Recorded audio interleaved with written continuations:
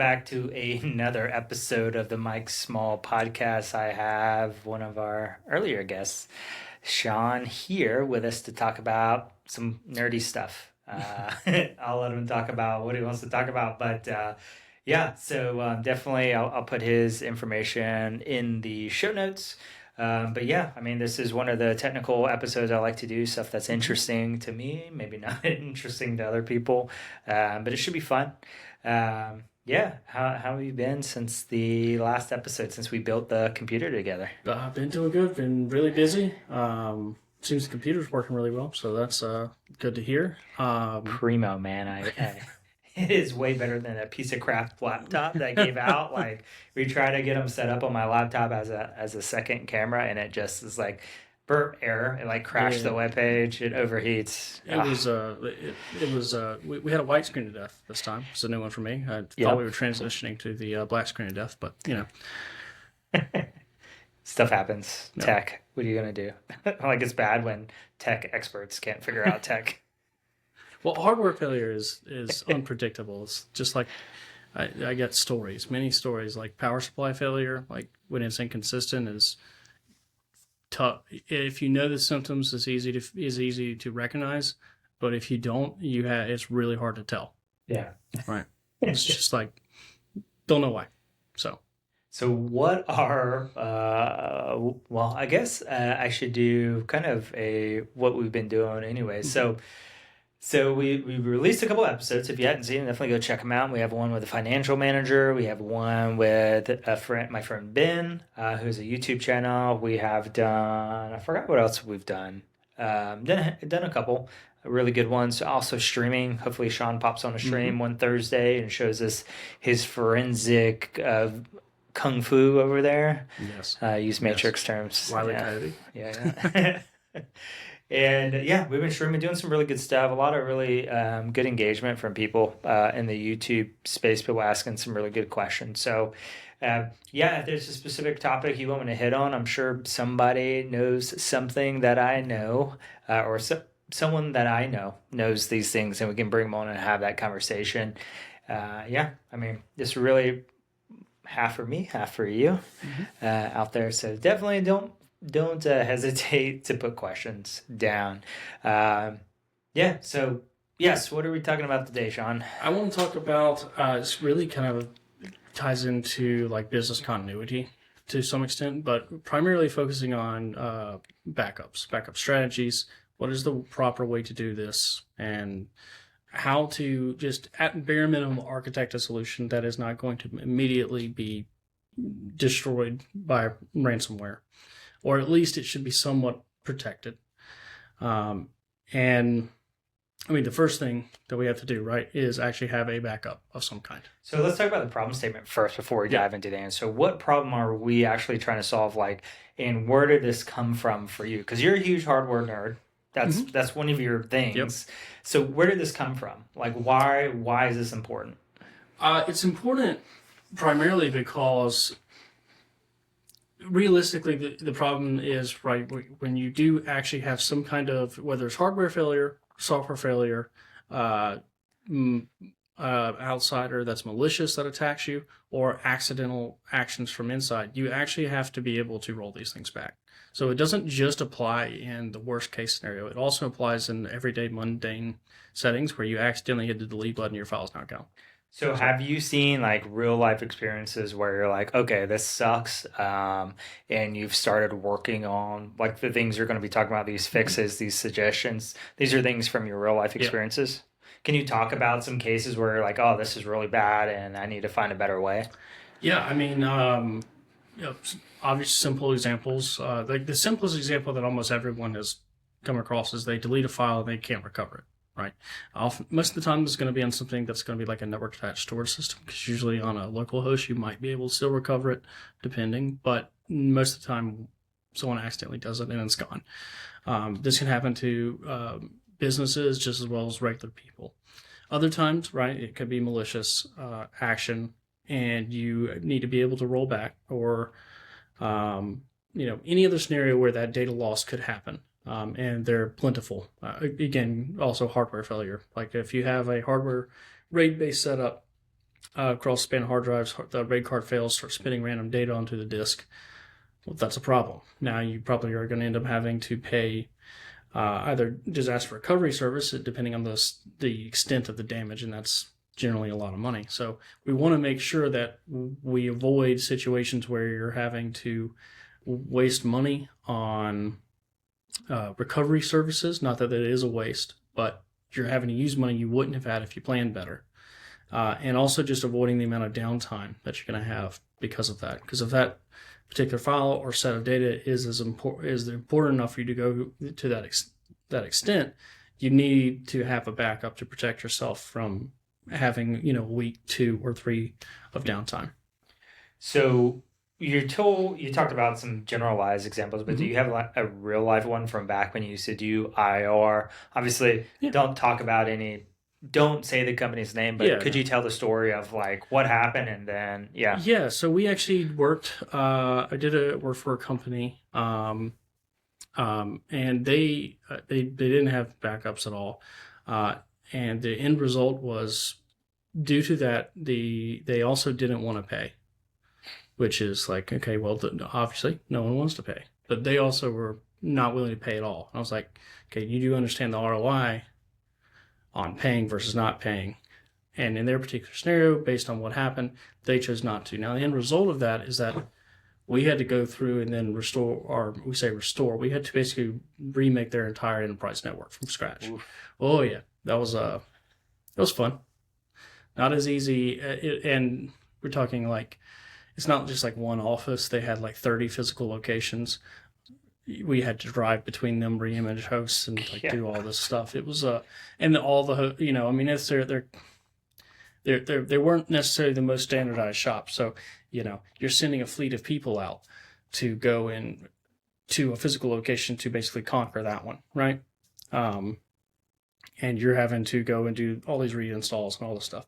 But all this then boils down to is that how we actually just had backups with the core critical systems, that we wouldn't have had to expend anywhere near the level of effort.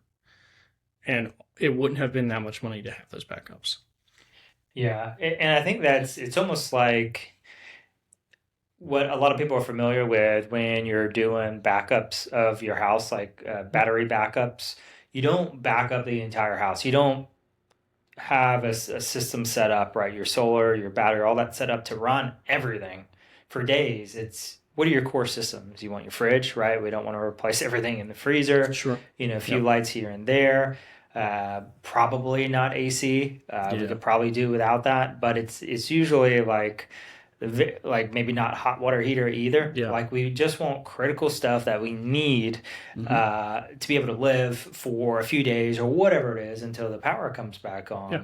And that's kind of the same thing like you're talking about there with these enterprise systems where maybe not everything, but your domain controller, at least the big primary or your most important one, depending on how you have it set up, your file share databases, and then any critical application servers that basically if you lost them or you had to try and rebuild them from scratch, you would not be able to do so. Because that's common as well. I mean, we have legacy stuff. Provided they don't have good DevOps, right? Because they should have good version control. They should, but the reality is not that. And the reality is that, you'll still see systems in the wild that are XP running critical business functions. Oh, yeah. I've seen that at like critical infrastructure. And I've seen them even older than XP. I saw NT4. That was good. Yeah, I was trying to remember what version it was, and I had an exploit, and I literally sat there for probably 3 or 4 hours playing with the exploit, trying to get it to a reasonable level where I felt confident I wouldn't tip this thing over. And I was like, at the end of the day, I was like, I'll pass. I'll just tell them that this thing's probably likely, but I don't know what this is controlling. I imagine it's some sort of industrial control system, and maybe best not to. Yeah, it was a power company, and I'm like, no, that's not. We're not touching that. We'll stay away from that. We'll just let them know. At least silo it, lock it off or something. So, and that kind of leads me into really the first kind of main point about backups. When it comes to actually, I guess. Just slightly to preempt that, is that your actual system that holds your backups should itself be reasonably set up. It should be set up to be locally fault tolerant and redundant. So fault tolerant for power supply failure, redundant for actual hard drive array setup. So like if you're using ZFS, you'd use multiple RAID Z, RAID Z2, RAID Z3 arrays, and then you'd actually do like a 0 on top of all those. Basically, you put them all together into a big pool. At least that's how ZFS does it. I'll have Sean put together a video. No, I'm kidding. He won't put it together. He's using a bunch of big words about these different rates. Could you just explain for a relatively normal person? So what rate means? Yeah, I mean, some people with a Sec Plus know definitely A plus, but what does RAID mean? Okay, it's a redundant array of independent disks. So, for instance, you will have let's start with 2 hard drives. You can put them in what's called a RAID 1, which is an exact mirror. So every bit of data that's written to the first hard drive is mirrored and also written to the second and in real time. That is RAID 1. RAID 5 is basically where you can have at minimum 3 drives for support for RAID 5, and any one drive can fail. And you will still retain full function. You will still retain functionality of the array in a degraded state. So basically, it stripes the parity across 3 disks. You have RAID 6, which is essentially the same thing as RAID 5, except for you can lose 2 drives. And again, it stripes the parity across all of them. That is for your traditional RAID levels. You also have things that are a little more complicated where you layer them, like RAID 10, which is basically a RAID 1 or 0, depending on how you put it together, on top of the other. But at the end of the day, these all end up showing as pools of potential storage, and you can put them together as any configuration you want. But smartly putting them together is the important part. Earlier, I was talking about RAID Z, which is specifically terminology related to ZFS. This is a software file system, software RAID and file system that runs essentially full RAID functions, including the actual file system. So instead of having to install or format the array with something like ext4, which you would have to do, which is a file system type equivalent to something like NTFS, which you would have to do when you spawn just a pool or had installed a disk drive in your system. Basically, RAID Z1 is equivalent to RAID 5, and RAID Z2 is equivalent to RAID 6, and RAID Z3 is just 3 disks can fail instead of just 2. So it's just iterative improvement on the existing RAID levels. Like a headache, bro. It's really, really good, actually. This is legitimate. Like we all of us, and especially in the friend group in cybersecurity, everyone has like this thing. This is his thing. Storage. Love it. Can't get enough. Yeah, and you'll see like people having conversations about their thing. Like we'll talk about forensic stuff. Yep. I feel like I'm a normal person when I talk to them about cybersecurity. When he talks about hardware, generally, like just start like eyes glazing over slightly. I'm glad, I have you, Sean. And that's okay, because the first thing that people also have to realize is that they're not going to be able to know all of these areas, these functions, right? Like you are significantly better at offensive security than I am. Makes perfect sense. I don't focus on that, but right, I know a bit more about hardware, but I spend a lot of time focusing on that. Yeah. And storage, I guess, for that matter. Dude has a hardware, like a server rack at his house. It's a 42U rack at my house. It's awesome. No flex, Yes. No, so bringing it back, kind of the backups. Basically, the whole intent of explaining these RAID levels and how this works, and there are a smattering of other types too. But the intent is, when you actually put this thing together, whether it's something you build yourself or you purchase, you need to validate that it actually has the level of redundancy that you need. So you can actually validate, okay, this is my risk tolerance for this system that's going to hold this data that are the backups for all of these other systems, right? And generally, if it's a backup system, it's probably going to, at least for medium, small business, going to be critical data, because they're probably not going to spend an enormous amount of money to back up every little thing. So with this system now, basically we have a building block, and we're saying, okay, this is at my reasonable risk tolerance level. It can hold the amount of critical data I want. It can hold it for the amount of time I want. Could we talk about risk? Because I think this is overlooked. Sorry to interrupt you. No, also, it's okay. but It's a good I point. thought it was a really important piece to take a pause at because a lot of organizations don't really think about risk. So, what should people be really considering as a business and risk when they're planning backups, right? Like, just talk about that, and you can Yeah. use like just give a sample industry or something if you need to. Right. Risk when it comes to backups comes in many forms. First off, it's business failure risk, right? If you lose the data and your business will go under because it doesn't have the data anymore, that is an immediate like top of the list risk, right?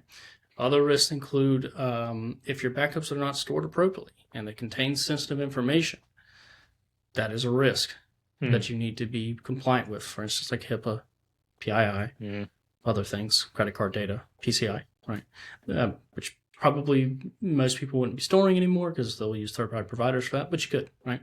But that's all different types of data types that that will incur risk. And now your backup system shouldn't just be about, okay, we can restore quickly, but now we're like, okay, we probably need to encrypt this at rest. Make sure that if someone does gain access to it, our risk is lowered or lower.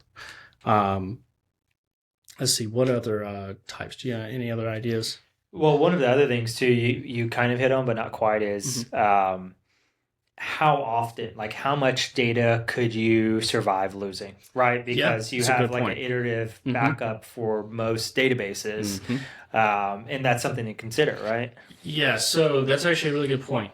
So oftentimes businesses will do something like, they'll basically do like a monthly backup, and they'll store a monthly backup for like, half a year or maybe a year. So they'll have like 12 backups. But here's the thing, is 30 days of, at worst case scenario, is 30 days past the point at which you took your last backup. Is that amount of work that has been done in your business so much that is, and it basically puts it in an inoperable state where the business can't function, which I've seen before. It is a real thing that can happen. Because if you lose... basically, a lot of times it boils down to if your database is just old and out of date and then trying to get it to even just function or catch up, it becomes a really big burden and a task, and sometimes just is potentially too difficult. So you got to keep that in mind. So this kind of goes to like backup schedules to an extent, right? That's kind of where that leads. Generally, my general recommendation, you should cater this to what you need to do, is essentially 1 yearly, 12 monthlies, and then 7 dailies. As like a minimum. Yeah, like a minimum. Yeah. And the way you would do this should be incremental and should build off one another. And that way it doesn't incur an extreme data storage cost. In certain cases, you may want to have certain systems always do a full backup because they may be more critical. Right? And so that's kind of mix and matching, okay, how much storage do we need to accommodate our level of risk tolerance? So it all plays in, and it's basically one big calculator of where am I going to place, my coin on this scale. Yeah.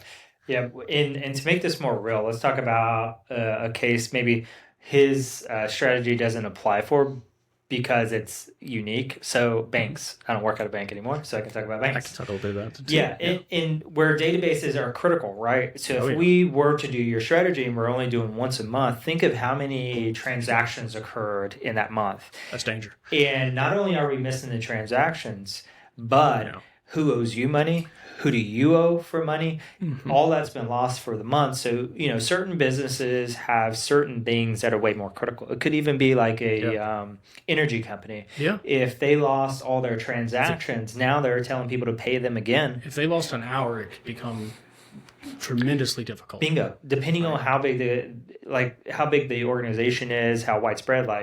I've done work on one of the largest credit card processors in the world.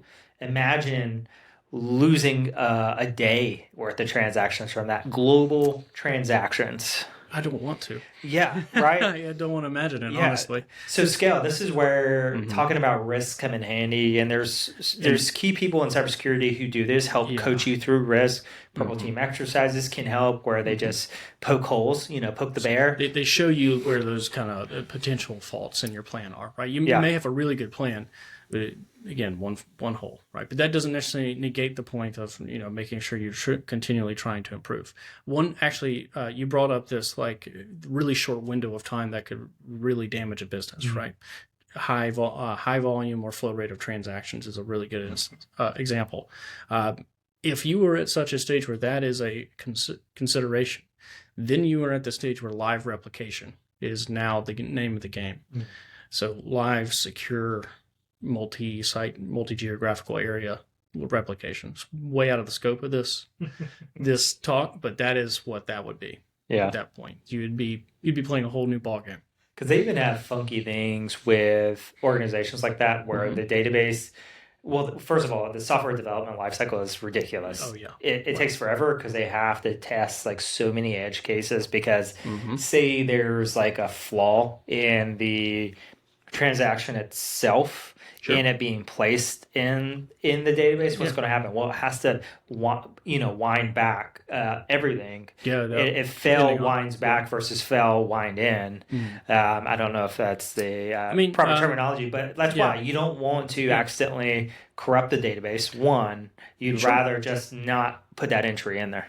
Yeah, absolutely. Unwind. That's what I'm trying to unwind the transaction. There you go. So, making sure you get your code right. Very difficult. Very difficult. Maybe for Torvalds it's not, but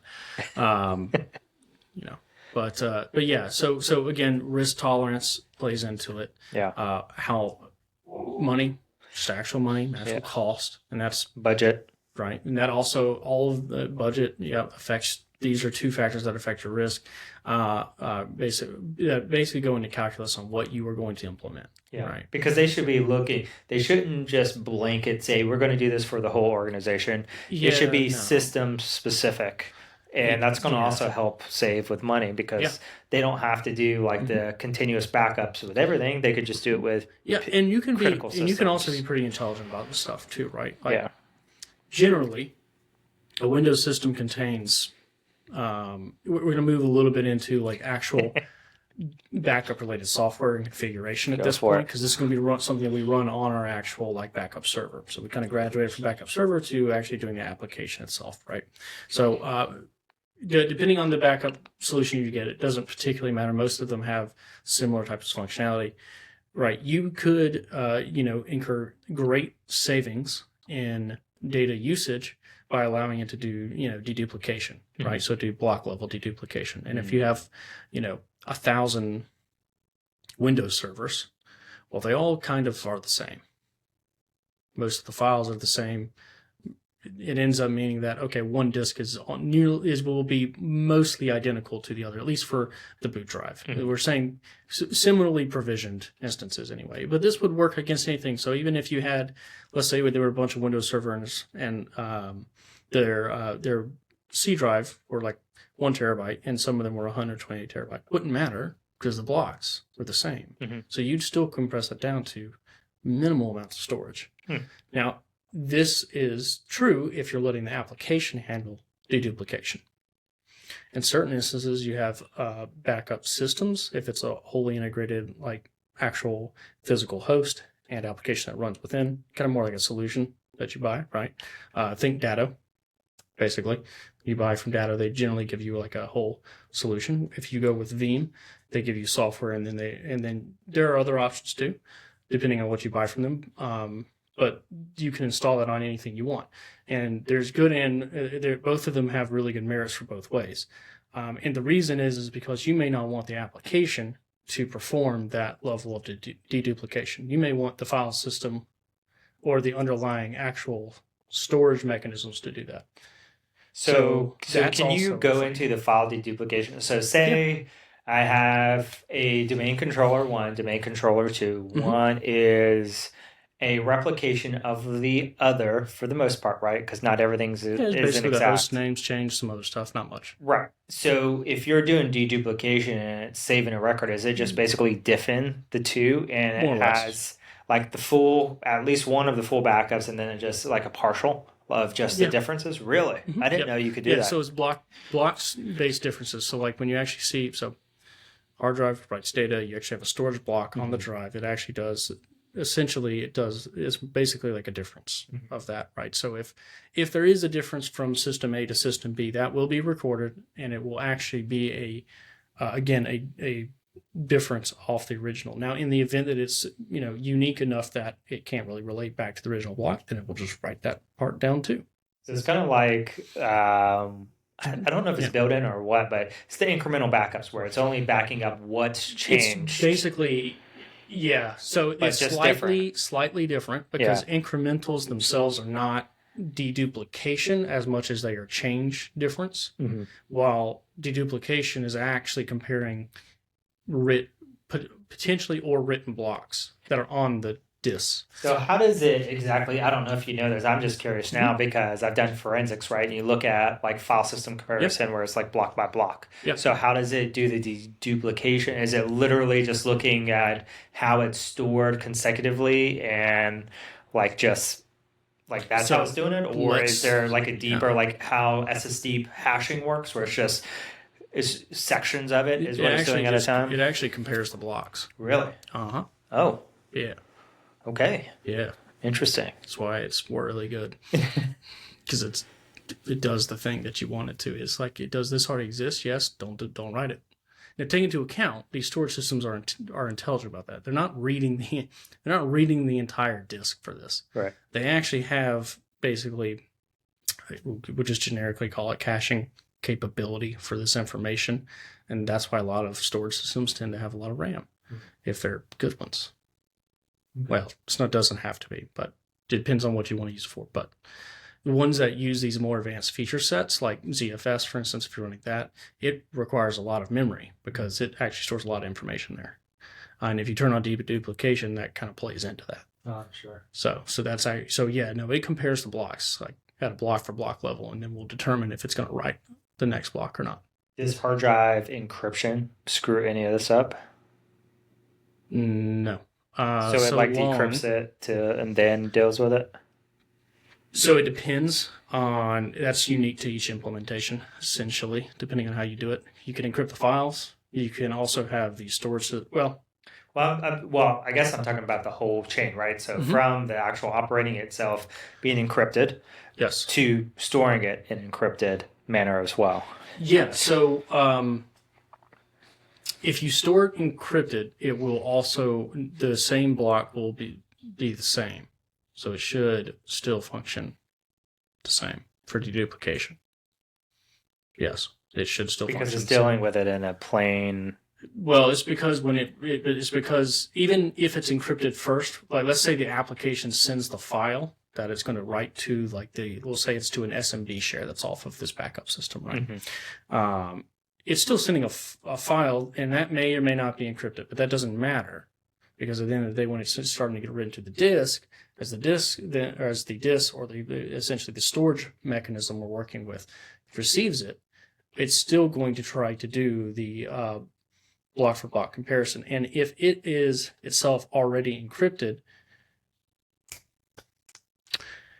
it should be capable of handling it. However, it is in specific scenarios where this will work and other ones where it will not. So it really depends. Like, for instance, you can look at like really high-end enterprise ones can probably do this. Other ones cannot. So I actually think, for instance, ZFS can't do deduplication and encryption at the same time. Could be wrong about that. It's been a while. But these are some things where sometimes it can do it. So like I would think like Dell, their EMC storage stuff, the SAN ones can do things like this. And they can do deduplication or at the very least they can do data minimization or usage minimization techniques on top of it with encryption being there. They can do that. Are you seeing that they rely, because all these are talking about typically on-prem solutions, are you seeing that they utilize cloud more for this? Like they're doing a site-to-site tunnel or something like that to store the backups in the cloud? Commonly what I've seen is obviously local. But then also colo, so physical, but co-located at another facility. Basically, it's fire, flood protection, essentially what that boils It's down like to. old school though, right? Where they do the tapes and then they take them out. Have you seen that they still? just do tunnels. Oh, still site to site, Mm-hmm. and then it's just like they can't access it to Oh protect no, it from. usually you can access them from both sides open because they don't put firewall rules in. But yeah, we would hope they would. Like it sounds like a great idea, but they're not actually protecting them. No, they never do. No. Oh, the other good thing that they do, I mean, this is important because this is how you shouldn't do backups, is that they actually get basically point-to-point lines from their ISP, point-to-point encapsulated tunnels from their ISP that runs at, okay, it'll be this speed, right? And that'll go directly to the colo. Mm-hmm. And that'll just be static route through a switch. That firewall doesn't ever see it. Goes Interesting. away. Yeah, static routes can be, if not handled, it's like they can't do that even in the VPC. They can't set up.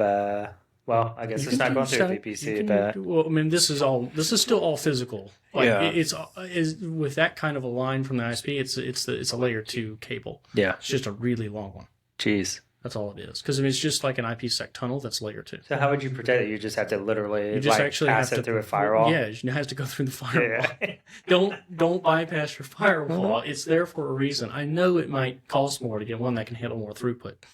Pay it. Yeah, that throughput's probably insane. It can be, but it can be. So that's part of this whole thing is right. Okay, well, if now we're getting into a slightly different risk scenario, right? Where we're adding a different like layers of the problem onto this. Yeah. Do you want to go to colo? Are we willing to manage the security of that properly ourselves? How much money does it cost to do that? How much money does it cost to get a firewall that can do, actually real 10 gigabit routing with all the enterprise level features we need to whatever level that is?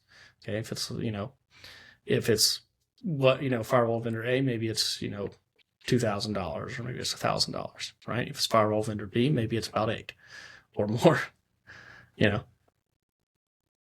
so these, and that's, there's a lot more to it. You still have to pay for internet. You still have to pay for, if you're going to use a colo with a direct, like actual layer 2 kind of line. I can't remember the name of what they call them, but there's like kind of a shorthand name for those, but that the ISPs call them. But that's going to cost probably a lot of money too. It all costs money, right? Yeah. So you can do it physical. Okay, well, how much does that cost? Now, how much does it cost to do it in the cloud, like actual cloud, like for like Azure, Google, and AWS? Mm-hmm. I guess Oracle is. Yep. So, and then well, that's the one benefit you have about the cloud, if you set it up correctly, is that it will actually be immutable to the point at which no one gets your global admin credentials or their equivalencies on the other cloud platforms. So long as no one can get your global admin credentials or someone with that role, and you set up the actual storage account to be immutable and only grant the global admin account access and restrict others from having access, your backups are basically they're bulletproof to the point at which you trust Azure. So can you explain what the immutable piece means in this case? Like I know the word, obviously, like it's used in programming quite a bit, like with arrays, right? They're immutable when they're created. So what does it mean in this case? Okay, so immutable in the case of backups means that once they are written, they cannot be modified in any way, including deletion, until they're basically pre-applied or at time of writing release date comes up. So essentially what you would do is you basically tag it, say this is going to be here for 30 days. It's going to be here for 1 year. And then it will be there because it can't be deleted. Right now, the only way it can be in this scenario where you yourself own the Azure account or someone else owns that or any other cloud providers, if you actually deleted the entire storage account that contains it. And I think you could do that. Yeah. But other do they have that, like a 2-person integrity thing for any changes or anything like that? You can restrict it where even certain roles don't have access. There's some special things you can do. I know a bunch more about Azure for this, just because that's where I spent most of my time with. That's where businesses have their stuff. Sure, it's just the way it is. I'm an AWS person. No biggie. Oh no, I mean AWS. I'm just kidding. I don't do this crap in AWS. They both have their use case, right? All of them do, but one's cheaper than the other. No, I'm kidding. Not really. Wow. Well, maybe. But anyway, yeah. So there are some really interesting. It's a little outside the scope of this, but there are some interesting ways you can really, really restrict it so that you have to have it has to be like one special account that can do the thing. Okay. Yeah, there are ways to do that. It's a little outside of what you can actually. There's actually like a reference in Azure for like actual break glass accounts. Like there's actual like setup for this. You can there's features. That's what I was curious about too. Is like surely there's like an emergency account that you'd have to protect. And that's why I was like, oh, maybe they do like a two-person integrity where two people have to put in their credentials in order to, or someone does it and then it waits for approval, just almost like a you can do that. That would be you could do it like that. You wouldn't want to probably with your immutable backups. You'd really just want it to be where one account that's stored in like a lockbox or a safe or something with like the credentials written there, safely stored where no one knows. Or some more equally equivalent safe location. Doesn't necessarily have to be in like a lockbox or something, but something you trust. A briefcase, like an Armageddon, where you have a secure guy is handcuffed to basically hide it where no one will ever get it. Yeah. Whatever it is, just put it safe. Right. Honestly, the debate about password managers versus not and passkeys, I can't get into that right now. But another talk. Yeah. We'll have a few more beers and we'll have another talk. So just to be clear, just put this out here. So he's saying immutable because this is a good case. He was talking about ransomware earlier, where if it's immutable, they get access to it. They can't do anything. So even if ransomware goes all over your network, they could see the S3 bucket. They could do anything except for delete it or modify. Yep. Which means they're good. They could read it. Yeah. So they could pull them down. So they should probably be encrypted. So back to risk. Yeah. Because if they compromise your Azure account, I mean, that's your triple extortion right there. They can get the third one, but not the first one. Yes, because like for instance, right? If the way like the immutable storage works with S3 is you basically provision an account that your backup software will utilize, and it has rights to do these really special things where it can set tags for when it can be deleted and things like that. Then after it sets those and it's done writing the data the first time, like once the file closes, right, in the cloud, then it can't be touched by that same account. Like it can't go in and then delete it, so long as you set up immutability correctly. And if someone tells you they do and you don't validate it, it's a bad idea because I've also seen that it's immutable till it's not. Well, that's a whole problem that is kind of funny, but it's not. Where backups has been the solution for decades. Where just do backups. A lot of people are doing backups, but the one thing they're not doing that's been kind of more apparent is testing backups, making sure they actually work. Because there's been a ton of cases, at least I've seen them, where something happens like. Not a problem. We got this. We have backups. Then they go look at their backups. They're corrupted. They're corrupted, or they're like old and that weren't actually being done. Which that's fair. But or they're just like, okay, we have backups and we can actually pull data off them, but it's not bare metal recovery backups. I can't actually boot these things. Or they're like VM backups, but they don't contain the entire virtual machine's configuration information because it's not like a holistic. It's not like it just like backed up the disk of the VMDK, right? Or VHD, VR, VHDX. That's the most common ones. Okay, that's great. I can rebuild it from that. I have no idea what your original spec was for this, so I hope you know. Yeah. Because if this SQL server boots and it needs, you need to know that information. You would want to be able to do a full VM restore, and it just has all that configured out. And as at the end of the world, if you're missing that information, no, we can still rebuild it, but it makes it a lot harder, way more time consuming. That's a lot of money. I mean, it's key right there. Time consuming, one, and it's like having a good offensive operator, right? People who can do this well are few and far between. Yeah. So it's really complicated. You're crossing your fingers and hoping the company you have on retainer, if you got one, can actually do it. Yeah. And the thing is right, if you're doing yourself in Azure and you're going to use the cloud to store the data in an immutable scenario, log into S3 via that account, because you can do this, and attempt to delete everything in there. Figure out whether it actually succeeds or not. Because if it does, that's a problem. Yeah. Now you've identified it. Now you got to figure out how to fix it. Go in and fix it. But if you don't do that, then you're back until you validate they're immutable. They're not. Got to validate. Yeah. I mean, this is like the whole this is one of the things I've learned as I've matured in cybersecurity. It's test assumptions. Yes. And it's something that people start to do more, I think, as they practice. Like early on, at least from people I've trained, they just assume their tools work, assume all these things work as they should because it's a perfect world. No. And as you kind of live in the trenches, you're like, nothing freaking works ever the way it's supposed to work. I can even relate this to like hardware. Yeah. Like, there are things that should function perfectly fine, but just do not, or they're completely inconsistent. And it's not because they are not the same spec, but it's because this one has this slight little issue and this one doesn't. And then, or this one has, it's just something you can see. So like when you actually, like even just USB based, like USB power delivery based things, there's potential there for something to go wrong. Not just like trying to fry your device or anything, but like it does a handshake to determine, okay, what level of power am I supposed to provide from the wall to this like phone?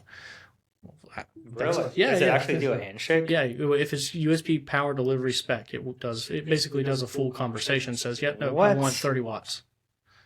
Is it like a TCP handshake, or is it slightly different for the whatever? It's more analog, but yeah. I mean, interesting. Technically, I guess it's digital, but yeah, it is. But yeah, did not know that. Well, I mean, even a lot of data pins on USB. Yeah. See, so they have more than enough to do it. But that's how that works. So that's why, as they're adding new, basically power levels, I guess, more wattage to this capability, it's just another essentially agreed upon.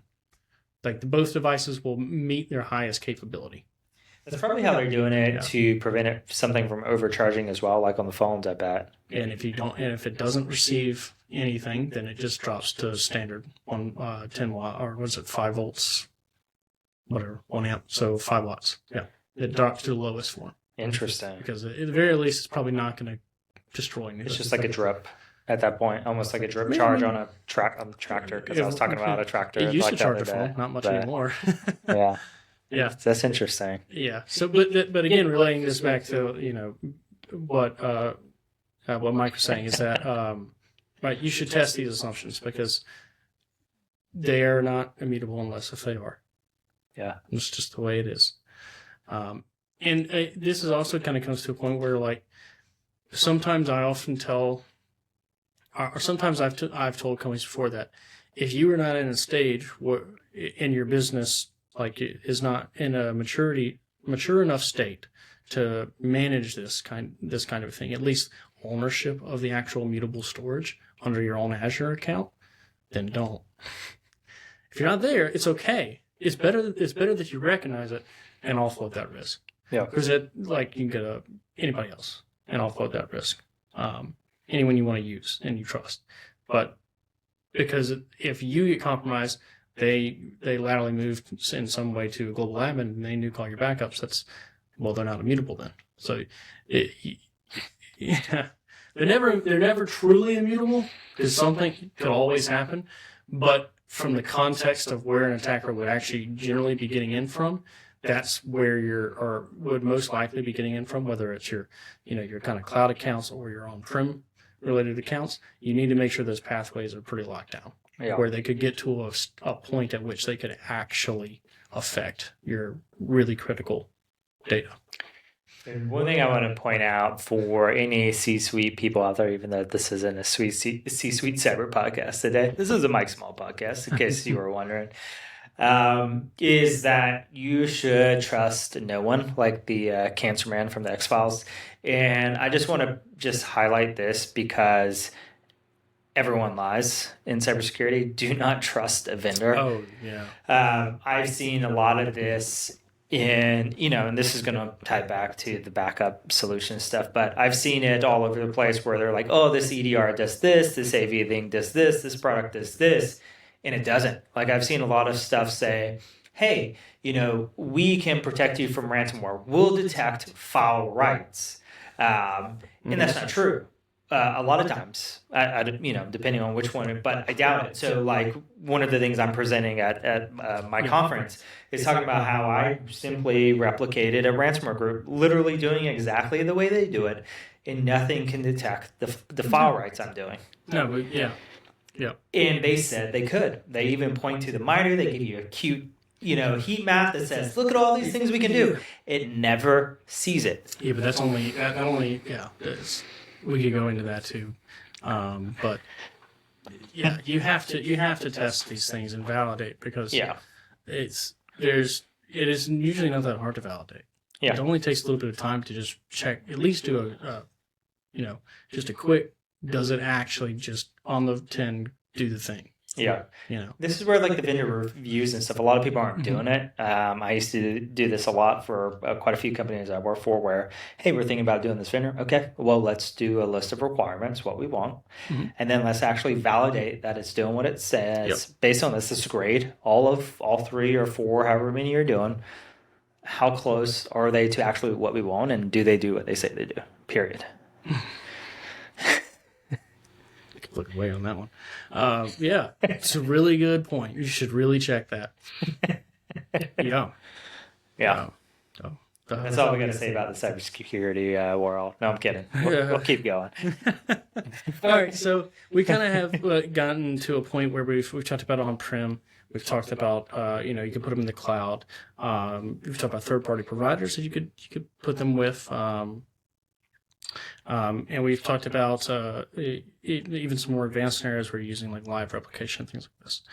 The most important thing, besides kind of the cloud areas where that's protecting, that is a bit more different, basically a bit different than how you do it on prem. But the most important thing to note is that you actually have to put your backup system, or where you're storing your backups, your backup system, all that related, highly critical, sensitive functionality needs to be protected by the firewall. Must be protected by the firewall at all times. No IP outside of those IPs that are specifically for that function may contact it directly. It must flip through the firewall. And if it's not, that is an extreme risk. That is just kind of what that is. So are you saying you're actually suggesting people to inventory, check their firewall rules and all that kind of stuff? It sounds kind of hard, right? I was kidding. It's really not. The stuff that everyone should be doing. Everyone should be doing that they're not really doing. You have no idea how many like Veeam-based backup systems I've had to. You're in trouble when your backups are encrypted, right? And the thing is like, oh, but I'll oftentimes like I'll be told, oh, but it's like it's behind the firewall, it should be protected. I'm like, yeah, but it's on the same LAN as all your other Windows servers, or the same subnet. Excuse me. It's like, well, okay, yeah, well, that's not going to do you any good. The firewall can't protect there. Yeah. Like, technically, there is a way to do that. You shouldn't do it that way, but technically, there is a way to do that. This is a good conversation, not to, toot my own company's horn, but this is where pen testing comes in handy too. Exactly. Pen testing, sure, you can do some stuff with purple, but not purple teaming. Well, yeah, you can. But sure, I was going to say tabletop is what I meant. But, pen testing is for testing these assumptions. You can say, hey, my favorite pen test company, whoever you are, Tandem, Cyber Solutions, shameless plug. But hey, we want to drop you in on a net we think is particularly vulnerable, perhaps where all of our employees work, right? Because they're likely to be phished or compromised in some way. Yeah. We want you to see if you can get to our backups, if you can get to our servers, can you get to these things from this location? Yeah. Like that is a great use case, a great goal for a pen test. And that is definitely something they can test. And again, they're validating your assumptions. Is this thing working the way we designed it to work? Yeah. I mean, really, for me, I think I said it last time we had a podcast, but I'll say it again, is one of the most important pieces of your architecture, if you have on-prem assets, or ones that are at least important, is your firewall. Actually spend some time, give it some care and feeding, and it will also care about you.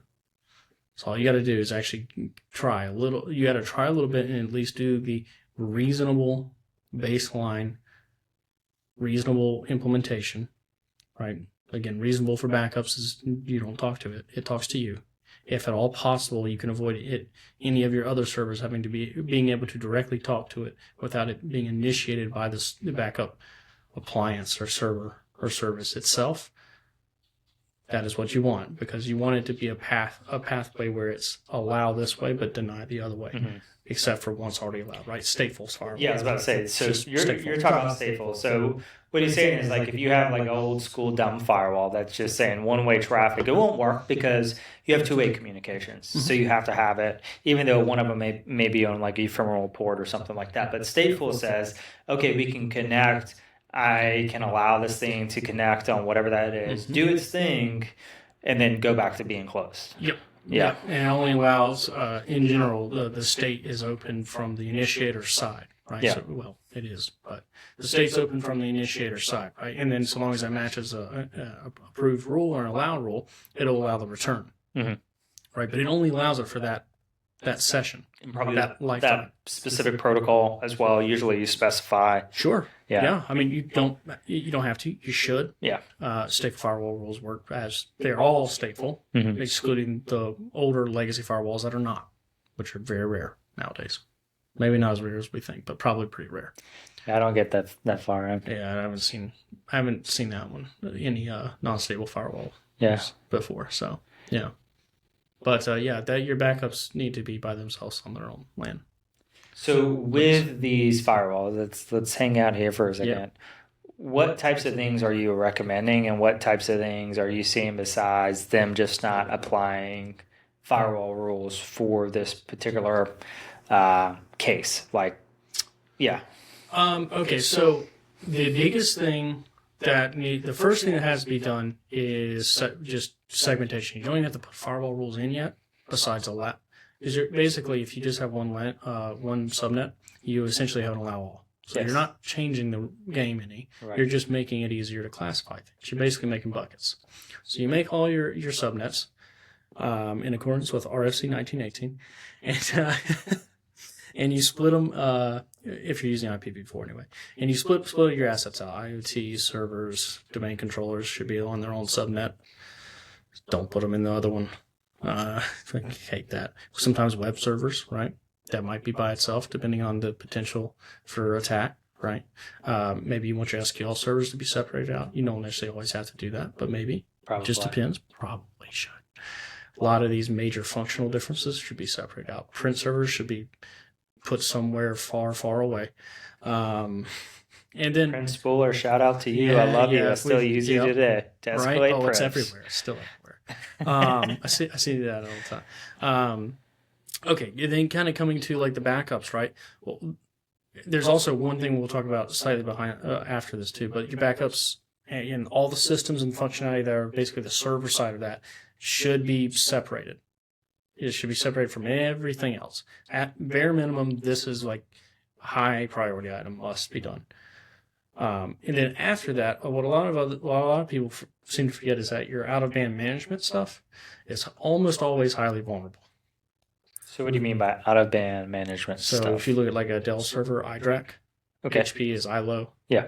Basically the web UI can go to kind of like remotely control it, but it's a mini computer on the computer, right? So out-of-band management, to include like a network switching and all these out-of-band things that can exist. These also should be separate. A lot of people don't do this.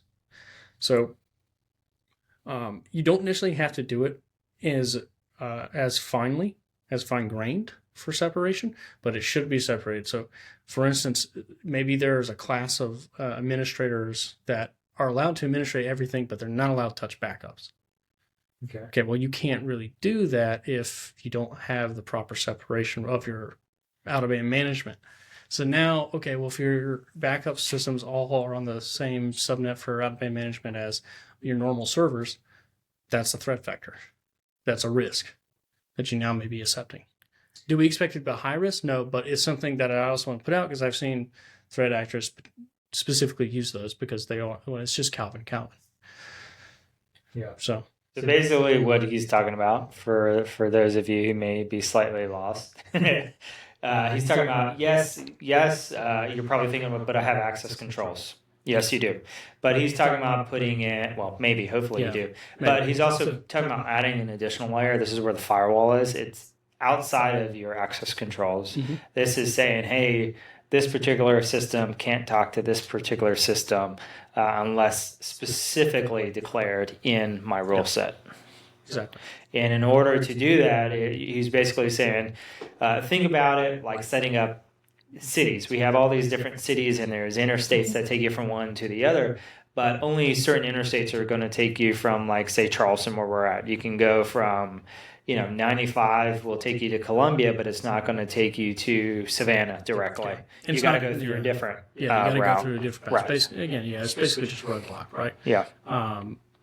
Yeah, and you have to have those set up correctly. You have to have those understood correctly. And you have to have firewalls that are properly capable of handling the throughput you need. Again, that kind of goes back into that money, because usually that ends up being quite a bit of money, depending on how you architect it. Yeah. You can avoid some of that if you do it right, but you can also have 2 firewalls, so you can do some jazz with that. But there are ways to avoid some cost. But you also then have to manage 2 firewalls, so you got all of it's big ROI. Yeah, so it's really like another way to look at it too is you're basically setting up a system of dams. Yeah, exactly. Where you're throttling the amount of water that's coming through each one until it's kind of where you want it to be. Yeah. Yeah, I mean, it's old now, but like zone-based firewall ruling, right? Firewall rules, whatever. Just actually being able to properly define your own zones and have those set up in such a way where you can broadly control group subnet access across the actual entire LAN is such a boon, and makes actual control and protects you from yourself from implementing a rule that would potentially lock you out or significantly impact the functionality of your business. Like these get that console cable out. Yeah, you got to be careful on those. So, but utilizing those zones in conjunction with what are essentially standard firewall rules, which run under those, it's just zone matching happens first. It's actually just tiered matching. That's all it is. A hierarchy of matching. I have a question. It's really good. So just for those of you out there who are kind of like, oh man, it sounds like I need to study networking because I'm lost or whatever. No, we all specialize. So like, for instance, like I can do full packet inspection, but am I going to set up networking at an enterprise? Hell no. If you want me to look for weird C2 stuff and packets, break them apart, I got you. I don't architect, first of all. So that's fine. No, you don't, you learn what you need to learn as you need to. My question, to get back to that, now that I've said, yes, I'm dumb, forgive me. But so have they, and this may sound like a dumbass question, but I don't do network design. Have they created like a way where you can kind of like virtually see where all your firewalls are and configure them like you were talking about zones, like in a almost mass group from all your different locations? Yeah, instead of having to log into each one individually, like I did the CCNA like a long time ago, and it was like you got to dial into each one and do all these config. That's a mess. Have they made it better? Yes, they have. So multiple firewall ecosystems have graduated to the point where you can do group-based firewalling. So I'm pretty sure Fortinet has it. I know Palo Alto's had it for quite a while. They have Panorama, which does multi-firewall configs, and it is so good. So good. Ubiquiti also has it, which is kind of wild, but they do. And there's many other vendors. I'm pretty sure Cisco has something for it too. I know, Meraki. Yeah, Meraki's a big name. But that's a really different style of firewall, considering it's very cloud connected, very cloud heavy, but it also has the benefit of being very cloud heavy. So, if you like that, good for you. Yeah. Well, I'm glad they have a solution because I can only imagine the old school way. People are like, no, I'm not doing this. This is stupid. This is like literally spending weeks configuring buildings, Oh, well, yeah. It is significantly better. Like you have much more of like a single pane of glass now. Here's the buzzword, single pane of glass. Yep, that's what we're looking for. Yep, we have that for firewalls now. Yeah, for enterprise ones, generally you will almost always. I think there might be one or two that they don't have that. I learned an amazing phrase today, Sean. Yes. And I just want to inject it in this podcast. Okay, let's do it. It was funny as hell. So I heard this phrase. Has anyone make a comment if you've heard this. The alligator closest to the boat when they were talking about like prioritizing. I was like, that is great. I wrote it up on the dry erase board today. That is accurate. Alligator closest to the boat. That's good. I like it. Yeah. Yeah. I didn't have anywhere else to put it, but it just came to mind. I was like, oh yeah, the alligator quote today was very nice. Beautiful. Very nice. Yeah. It's just random. I had nothing to do. Yeah, no, I mean, realistically, from like the backup standpoint, I think we've kind of hit like the major points. We could go really in depth with actual like hardware configuration changes and like why. I have another question. Yes. So, is everything spinning disk, or are they using like solid state drives and stuff for these bigger backup systems? What are they like? What type of hardware are they using for like the actual disks? Depends generally on NVM, I guess, is another option, but that's expensive. This is still SSDs, but yeah, it's just fancier ones. Okay. But NVMe is just PCIe, and U.2 is, and also U.3, and also the really weird ruler format, which is like EFF. There's other formats too, but they're all just SSDs. Just saying. Sorry. I love storage. So generally, I would say that it depends on mostly on the level of performance you need, and not so much on the level. Tapes the people still using. Tapes got a special place in my heart. Okay, I forgot about that one for a second. Yeah, I know it's not cool, but I love it. Just wish you could have like larger tapes. They're kind of small. It's 18 terabytes. Kind of small. Is that really how big they are? 18 terabytes? Wow, I didn't even realize they were that big. Yeah. It's like 18 terabytes if you like have like compression or something enabled. Uncompressed might be like 14 or something. I don't know. Yeah, but that's just for the tapes. Yeah. But that's really small. Wow. Because I mean, you got to piece out all that data. Oh, it's a mess. No. But if I had, that's a lot. Anyway, so generally what I would say is performance based. So SSDs generally are going to be faster. Right. Unless if it's like a really bad DRAM-less SSD, but we're not talking about. We're talking about that real stuff. So if you need to be able to write a lot of backups really fast, like you need this thing to be almost like it's like taking a backup, and it's a lot of it, really fast ingest, and it's doing it like every hour. You're probably going to want something that can sustain that level of workload. You can get that performance level if you have the right the right configuration on hard drives, but you may pay, depending on how you architect, you may not get the level of performance you need in other areas, right? You could have the storage capacity, but you may not have the IOPS, right? You need the IOPS. So in that case, right, if we are backing up stuff over like a 400 gig link to this backup server, your hard drives aren't going to cut it probably. Almost no matter how many you put on there, you're just really not going to get the performance you're really looking for. Then you would just go to something like actual U.2 or U.3 and then call it a day. And those are like, I don't know, I think the highest capacity U.3 drive for U.2 might be like 100 something terabytes, 122 terabytes, something like that, from like Solidigm or something like that. Yeah. So one thing I had in question why I was asking whether they use solid state is because there's the one downside to those are the amount of writes you can do, right? No, they tend to last way longer on hard drives. Really? Yeah, the newer ones are just so over provisioned it doesn't matter. Okay, see, I thought there was only a pretty extreme limit to them. It used to be they weren't as resilient, but enterprise grade drives, which is what we would be using in a backup. Right. Okay. Yeah. Hopefully, these are not consumer level drives.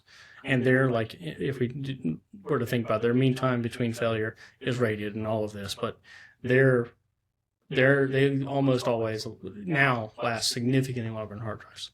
And this is just, that's how it is. I didn't realize that. And the reason generally is because you have wear leveling, right? So the actual controller controls where the data goes on each NAND flash chip that you have in this SSD.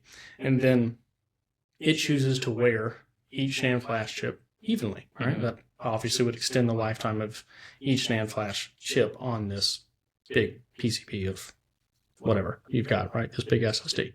But it's not only that. You also have the fact that not every NAND flash chip is just kind of being used. Maybe some of them are just spares that sit there and don't get where written, which is what they do. So this is kind of a in-depth question. So how are they writing to the solid state drives? Because the disk it's always scanning and trying to reorganize data, whatever's free sectors. Well, it's magnetic if it's rotated. It's Right, hard, right. yeah. But for a solid state drive, there's obviously no Right, and it should be fast because it's just microcontroller driven, right? It is. It's all electrical. So how does is it writing sequentially? Is it automatically reorganizing data to optimize? Like, how is it doing it? So that's a great question. So first thing that happens is when you're attempting, let's say it's like a brand new drive, whatever, right? And let's say that the flash NAND itself cannot change from like SLC to MLC, which means basically 1 bit per cell versus 2 bits per cell for MLC. Okay. Right, so it just doubles how many bits you can store in a cell. Okay. Anyway, bigger bucket, smaller bucket, but it's in the same generally physical space of sand on the NAND. Anyway, so you then so the first thing is you start to do a write to it, and it would be start to fill up the actual RAM cache that's in the drive itself. Then let's say it's a file that's small, and it fills up just a little bit of the RAM cache, then it would just get dispersed by the controller to the SLC. If you have and if you have a drive that has what would be called like tiered NAND, where you have like SLC, MLC, and TLC, single, double, triple bit per cell. As you increase the bits per cell, the speed of the NAND slows. Interesting. Yeah. So SLC is it because it has to fill it before it can use another one? It actually is because I believe it's because the amount of effort it takes to actually set the data on that multi-bit cell, as if it's 2 or 3, is actually significantly harder to do. Interesting. And it takes the controller more time. So it's almost like the same issue with the block size. There's like a kind of a different size for a spinning disk. And to be clear, like the way SSDs actually get the data written to them is you assume you are the controller and you're holding a shotgun and you just shoot at the NAND with a really, really high-powered electrical. Like, that's basically what it's doing. Huh. It's actually just like beating it with electricity and saying stay. That's really what's kind of happening. It's way more complicated than that, sure, but that's kind of what's happening. So it's trying to find, so basically it looks for open blocks and then just shoots it in the open block. Yeah, and then as you basically when you delete things on Windows, it marks them as deleted. The controller marks it as deleted. Yeah. And then it will try to overwrite those. Now here's the thing. SSDs have this weird little thing where if you are attempting to overwrite a NAND flash cell, you have to first clear it. You can't just directly overwrite it. So it's a 2-step operation if your NAND flash already has data written in it. So it does the first clear, second actual write. Now, in the background of all this happening with the competent controller, it will be taking the spare cycles it has and pre-clearing all the deleted area. So now your drives should perform more consistently faster because it's not wasting time that it has to clean up after itself. So for all intents and purposes, they still have the same weakness as before, where they're just marked as deleted, but they can still be recovered forensically. Depends. Not really, because the controller should be iteratively destroying that, so you can't. Easily. So let's dig into this then, because I'm curious, because I used to love doing some forensic stuff. So say we deleted some junk on a hard drive, right? Deleted, I don't know, a handful of files. So they're just marked for deletion, but we want to come back and do a full capture of the file system. Are they going to be there or are they not going to be there? So long as there wasn't sufficient amount of writes on a hard. Oh, you mean on SSD? Yes. Maybe. Because in a spinning disk, I can go recover the file system, and not all of it's going to be there, right? It depends on what was overwritten, but we could recover chunks of this stuff. It'd be a lot less likely on an SSD generally, is what I would say. And is it it would just be a lot because more of damage. the pre-overriding Yeah, stuff, pre-clearing? I mean, to be clear, like if it doesn't have to do those pre-clear, like it's really all kind of like in terms of when the controller is going to do this, it's pre-programmed in the controller. It's literally a piece of silicon. It's going to do it at the way and the rate that it's been pre-programmed to do it for this particular type of NAND that's on this chip. So they're all going to be unique to some extent. Okay. So now you see where it's like, okay, well, yes, technically you could go and actually pull this thing out, and then you probably will be able to get some data off of it. It's just probably more likely you would get more data off of a hard drive versus a solid-state drive in this case. Like in the same exact set of functions or steps that happened, you would be more likely to get more off the hard drive, and it's assuming like perfect read from the drives, everything's perfect, right? Okay. Generally is what I would say, because the SSD should have those like clearing operations that are happening in the NAND flash cells happening way faster than what the hard drive could do. And the hard drive doesn't need to do that, never needs to do that, because it just directly writes it anyway. Yeah. I mean, it's writing 0 or 1 with the read head. It's never really writing more than one thing. But with an SSD, you can be writing 1 bit, 2 bits, 3 bits, 4, or more per cell. Sounds like a Dr. Seuss book. Exactly. Okay. Interesting. Yeah. Well, that answers that question. Yeah, it's like, I wonder if this impacts SSDs forensics. are really cool. Sounds like somewhat, but not entirely screws you over as a forensic person. It doesn't like completely screw you. It's just like you also, the chances of it being great are not high. You can definitely dump it, but you know, you might. I mean, take into account to like actually do like a real. I don't know. It'd be gonna be interesting on an SSD. You would probably end up needing to like to do it right. You might end up having to like remove the NAND flash chips before you powered it on and like read them individually from the SSD. You wouldn't want to power it on with the controller on there because it might start clearing. Oh yeah, because write blocking would be slightly different with those. Interesting. Potentially, it could. Which is why you told me I may need a separate adapter for those. You'd probably be like getting the iron out. I had a forensic case like a few months back, and I was like, I mean, to be clear, this is a little outside my wheelhouse. Technically, that is how SSDs work, and from my point of view, like real in depth, like forensics that you would see like a crime lab or someone do. That's on like federal crimes or something like that. That's a whole nother ball game in terms of like that's different. That's like basically getting to pure data recovery. Yeah. And then forensics is on at the end of that. Yeah. At that point. It's really what it is. Yeah. The recovery stuff is always an interesting piece to me. But okay. Yeah. This would be a good conversation to have Tamara on and say, hey, Tamara. That would be a really great one. Yeah. It'd be fun to have you two on here talking about it. More than I would probably. I'm sure she would. But I would try to keep up. But I would just be sitting here like I'd be like arguing about something. Like, I don't know what you're all talking about. Cool. Yeah, I think did you cover everything you wanted to cover? I know we segued a little bit, but I was curious about those. They really kind of got to the end of it. I was really trying to cover like the main gripes I see with backups is just with like cloud stuff. It's really simplified in a way, right? And with on-prem, it's really not. To the extent of like just you just need to validate, and you need to actually implement firewall rules. You need to validate those two. Don't trust the firewall until you trust it, or until you validate it. Yeah, you got to like. Just because you implement a firewall rule does not mean it works the way you intend. If you've ever been locked out of one, you know this is true.